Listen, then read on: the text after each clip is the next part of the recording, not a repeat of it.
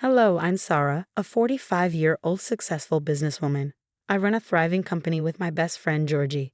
However, my life wasn't always like this. 3 years ago, my husband left me, and in my pursuit of revenge, I found a new beginning. But let's start from the beginning. I met Steve in high school. We often crossed paths but didn't start a relationship until about 10 years later, at our high school reunion. I remembered him as a nerdy, skinny guy, so I was pleasantly surprised to see him taller and more muscular. We got to talking, and Steve shamelessly flirted with me, which I liked. I flirted back, and before long, we had set up a date for the next day. We met at a gorgeous Italian restaurant, enjoying pasta, wine, and each other's company. We shared the same interests, and during that date, I asked him about his big dream. "So tell me, what's your big dream?" I asked. "Oh, that's something I have to think about," he replied. "Come on, you must have some sort of big dream that nags you every day." "Well, what's yours?" "Give me an example." "I want to own my own house." "Now it's your turn." "Not a bad dream. Then I guess I want to run my own successful business. I'm tired of living paycheck to paycheck." "Oh, I get that. Maybe if we last, I could help you with that." "I would like that. Not because you'd help me. I don't really care about that. I would like us to last." I couldn't help but smile. With a degree in business management, I had the knowledge, and Steve worked a minimum wage job doing data entry. I understood the struggle of living paycheck to paycheck, having grown up that way. I liked him and wanted to help him. That one date turned into many more, and soon we were practically living together. Eventually, I asked him to move into my larger apartment. About a year and a half later, I decided to help Steve start a business. We spent months brainstorming ideas, and I invested a portion of my savings into the venture. Steve had friends who were willing to help and invest too. I remember the night we registered his business. It was nerve-wracking, but we knew we had each other. We poured long hours into the business, and though it didn't take off immediately, we persevered. Gradually, we began to gain traction, and soon we were hiring more employees. When we had about 10 employees, Steve was thrilled. I laughed and told him he was capable of much more. To celebrate our achievement, Steve took me back to the Italian restaurant where we had our first date. It was there that he proposed to me. I was beyond happy and cried as I said yes. Juggling a fledgling company and wedding planning was tough. We lost countless nights of sleep and even considered eloping. But we wanted a big celebration. A year after our engagement, we had our dream wedding, surrounded by family and friends. Afterward, we focused fully on the business, and our hard work paid off. We started making millions. With our newfound wealth, the first thing we did was buy our own house. As the business grew, we were able to step back a bit. Then one day, Steve approached me. "We need to talk about something." "Is everything okay?" I asked, concerned. "Yeah, it's just that I think you should stay home." "Why?" "Am I doing something wrong?" "No, it's just that you deserve to rest. You've been working so hard." "But I love working with you." "I do too, but I don't work much anymore, and you still do." "I don't like that."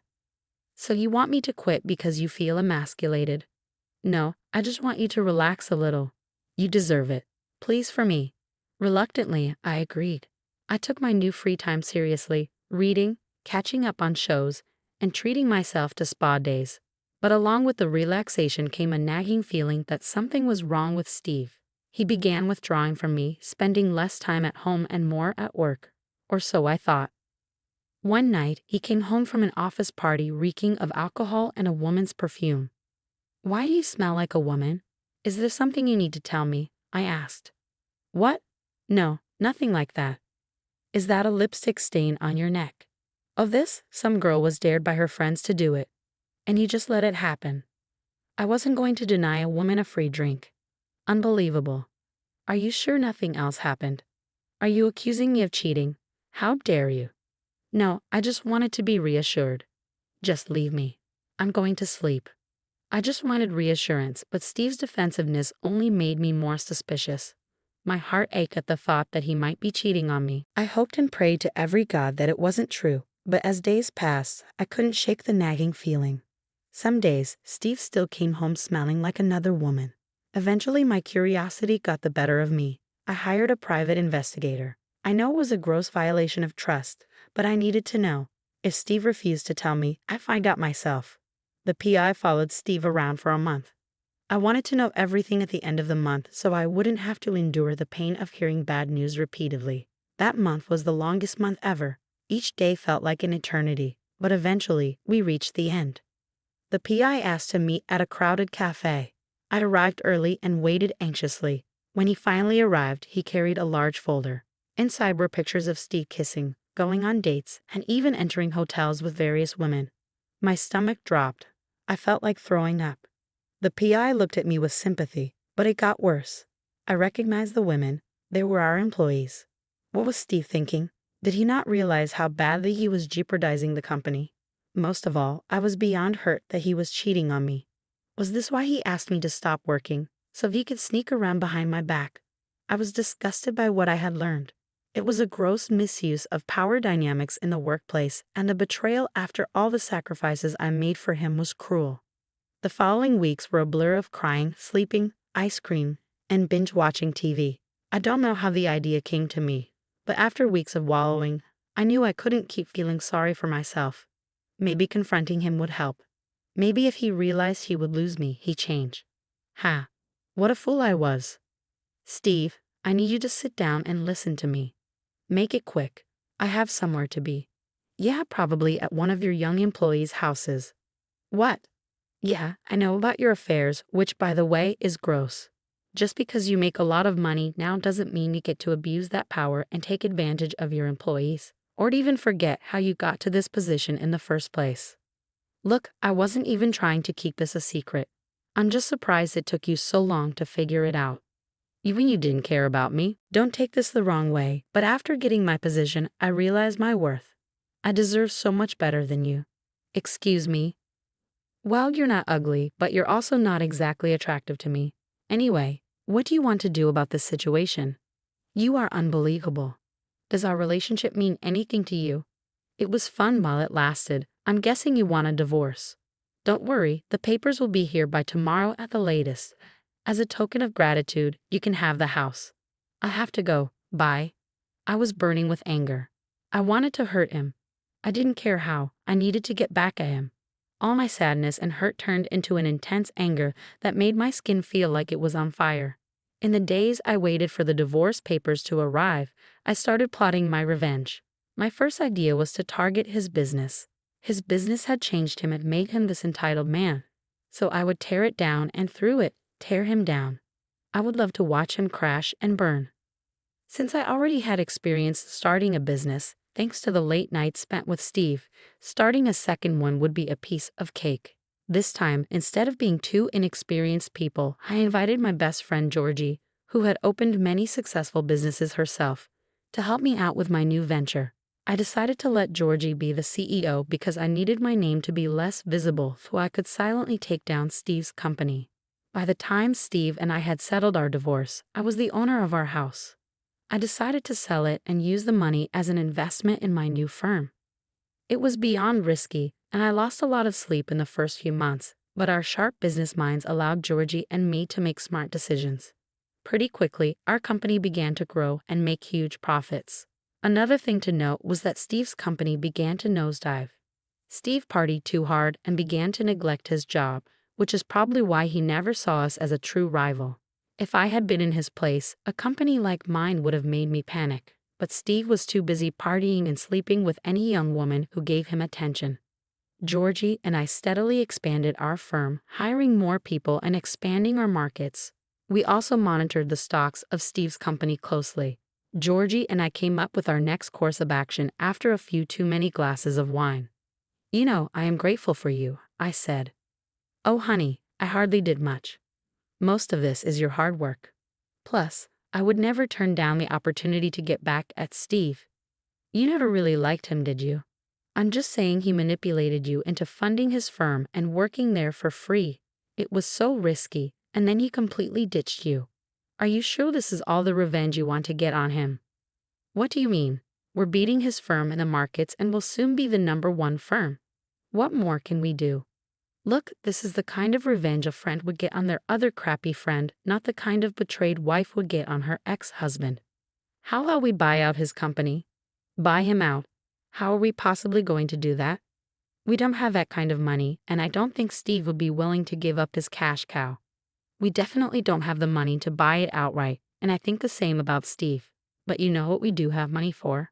Stocks. How much? We buy a majority of the stocks, and then we get to make executive decisions. Holy cow, you're a genius. I definitely am. You're welcome. It took a couple of months of monitoring Steve's company stocks, and we began to see a huge dip in the prices. We decided to swoop in and buy about 25% of the stocks.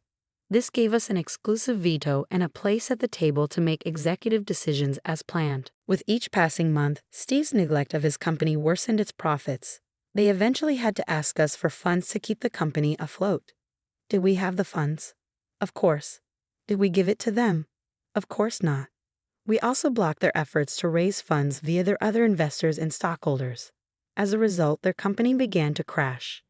Georgie and I watched gleefully as they struggled to stay afloat.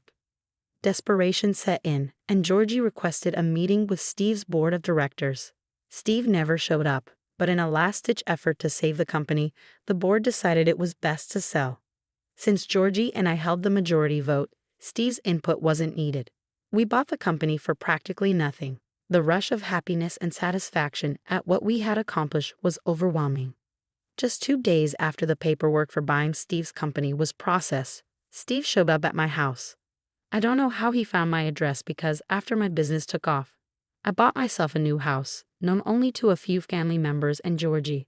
I figured Steve reached out to one of my family members who inadvertently gave him my address. Steve, what are you doing here? I don't know how to tell you this. It's embarrassing, actually. Spit it out, Steve. I don't have time for this. Well, I've been thinking a lot recently. That's really good. Wow, I'm so proud of you.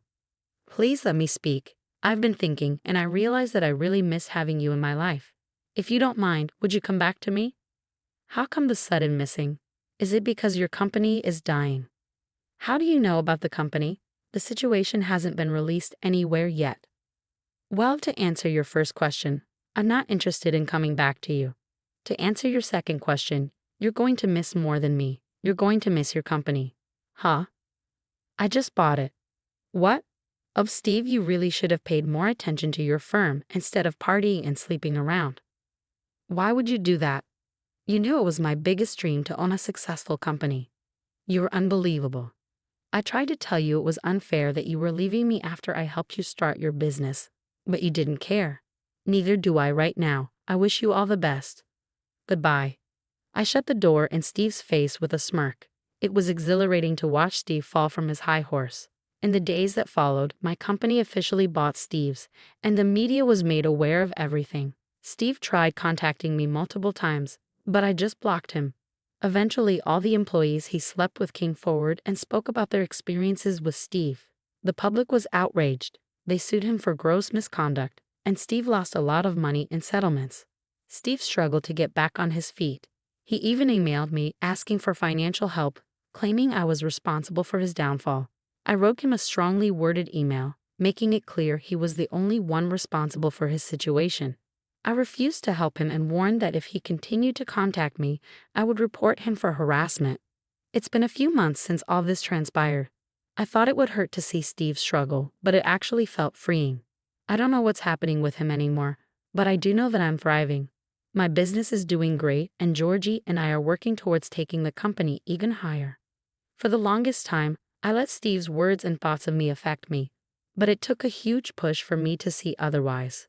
Never doubt yourself and never be too afraid to take a risk. You never know how life will reward you.